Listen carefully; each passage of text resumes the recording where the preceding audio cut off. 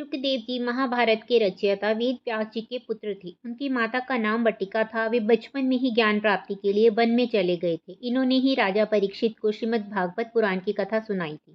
शुकदेव जी ने व्यास जी से महाभारत भी पढ़ा था और उसे देवताओं को सुनाया था। ये मुनि कम अवस्था में ही ब्रह्मलीन हो गए थे। शुकदेव जी के जन्म के बारे में यह कहा जाता है कि ये वेद व्यास जी के अयोनिज पुत्र थे और यह 12 वर्ष तक माता के गर्भ में रहे। कथा कुछ इस प्रकार है।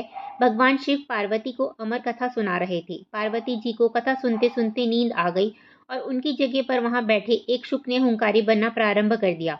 जब भगवान शिव को यह बात ज्ञात हुई तब वह शुक को मारने के लिए दौड़े और उसके पीछे अपना त्रिशूल छोड़ा। शुक जान बचाने के तीनों लोकों में भागता रहा। भागते भागते वह वेद व्यास जी के आश्रम में आया और सूक्ष्म रूप बनाकर उनकी पत्नी के मुख में घुस गया। वह उनके गर्भ में रह गया। ऐसा कहा जाता है कि ये 12 वर्ष तक गर्भ के बाहर ही नहीं निकले। जब भगवान श्री कृष्ण ने स्वयं आकर इन्हें आश्वासन दिया कि बाहर निकलने पर तुम्हारे ऊपर माया का प्रभाव नहीं पड़ेगा, तभी ये गर्भ से बाहर निकले और जन्म लेते ही शुकदेव जी अपने माता पिता और श्री कृष्ण को प्रणाम करके वन में तपस्या के लिए चले गए।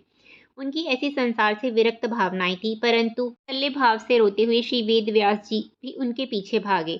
मार्ग में एक जलाशय में कुछ कन्याएं स्नान कर रही थी। उन्होंने जब शुकदेव जी महाराज को देखा तो अपनी अवस्था का ध्यान न रखकर श्री शुकदेव जी का आशीर्वाद लिया, लेकिन जब शुकदेव जी के पीछे मोह में पड़े श्री व्यास जी वहां पहुंचे तो सारी कन्याएं छुप गई।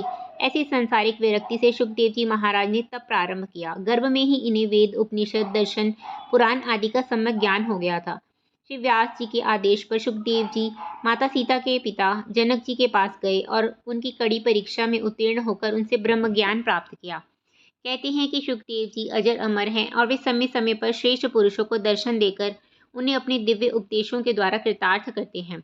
कूर्म पुराण के अनुसार शुकदेव जी के 5 पुत्र और एक पुत्री थी, परंतु पीवरी से शुकदेव जी के 12 महान तपस्वी पुत्र हुए, जिनके नाम भूरिश्रवा, कृष्ण, अरुण और श्याम, नील, धूम, वादरी एवं उपमन्यु थे। कीर्ति नाम की एक कन्या हुई। परम तेजस्वी शुकदेव जी ने विभ्राज कुमार महामना अनु के साथ इस कन्या का विवाह कर दिया। अनु के पुत्र ही ब्रह्मदत्त हुए। भगवान श्री शुकदेव जी ने पहली बार भागवत शुक तीर्थ में सुनाई।